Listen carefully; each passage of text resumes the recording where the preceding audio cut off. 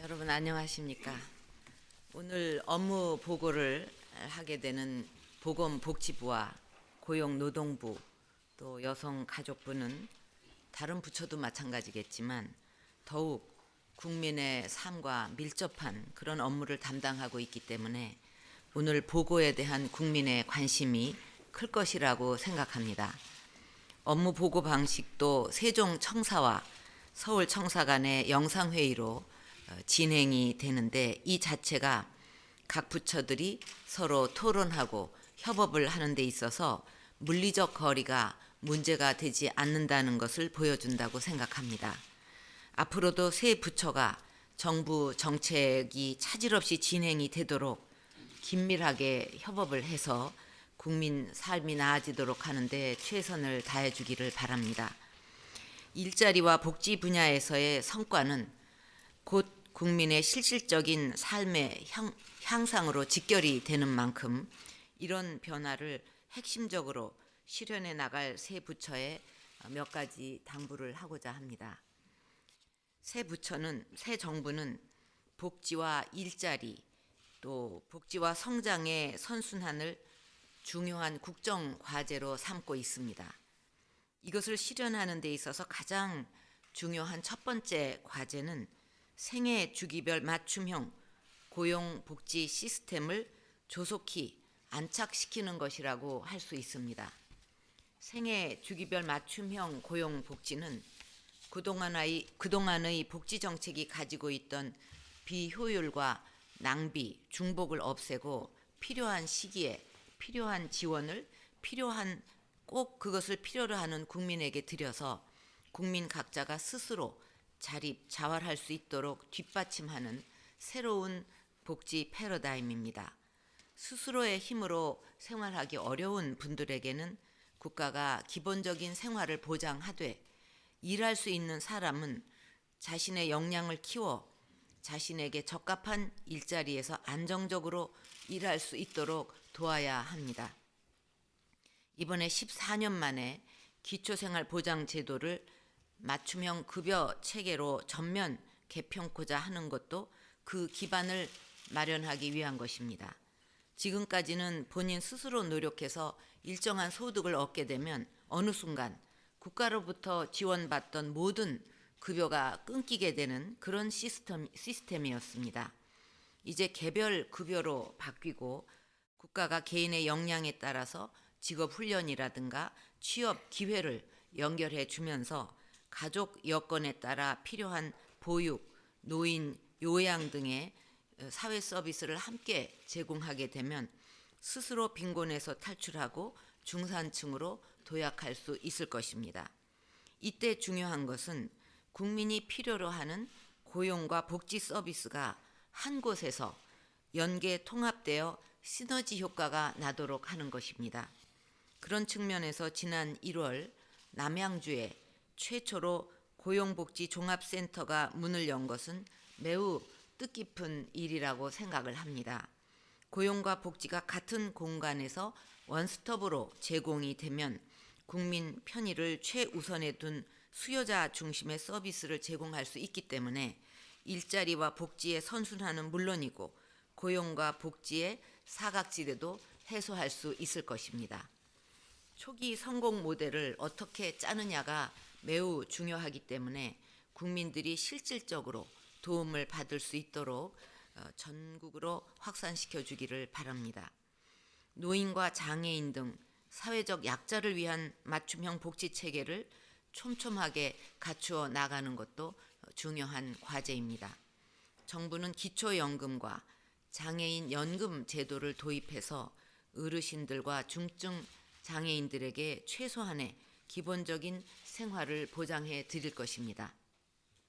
노인 장기 요양 보험을 경증 치매 노인까지 확대하고 장애인 활동 지원 서비스도 늘려나갈 계획을 가지고 있습니다. 이런 정책을 시행하기 위해서는 작년부터 국회에 계류 중인 국민기초생활보장법, 기초연금법과 장애인연금법이 조속히 처리되어야만 합니다. 국민들이 기다리는 복지 정책들이 하루빨리 입법을 마칠 수 있도록 국회의 협력을 다시 한번 부탁드리고 또 각 부처에서도 법안 통과에 최선을 다해야 하겠습니다.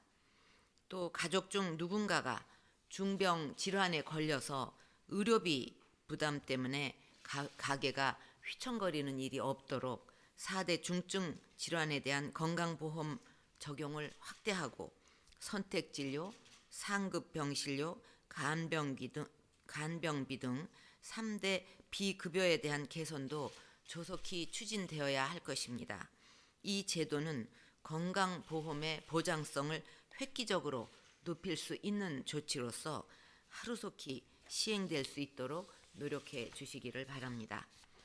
두 번째로 원하는 일자리가 많이 생겼다고 국민들이 체감할 수 있는 그런 일자리 정책을 펴나가야 하겠습니다.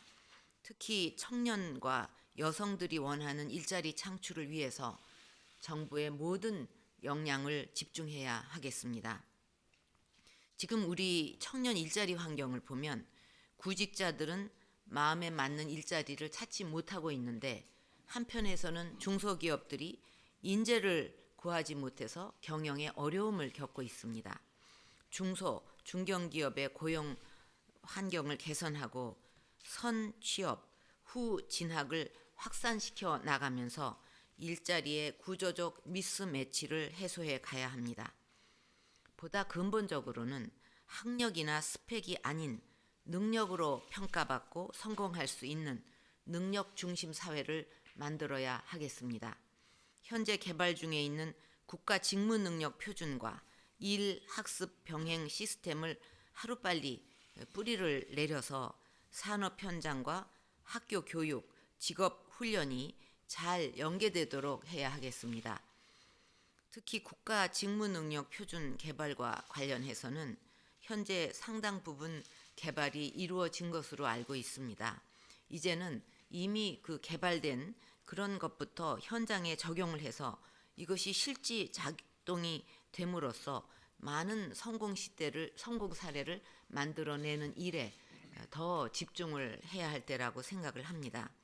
이런 부분에서 체감할 수 있는 변화를 만들어낼 수 있다면 학력, 스펙 쌓기로 인한 사회적 비용도 줄어들 것이고 청년 실업 문제와 중소기업의 인력 부족 문제도 많이 해결할 수 있다고 생각합니다.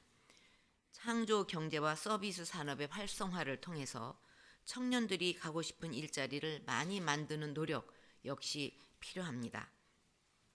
특히 보건의료 서비스는 우리 청년들이 원하는 양질의 전문직 일자리가 무궁무진하게 창출될 수 있는 분야입니다.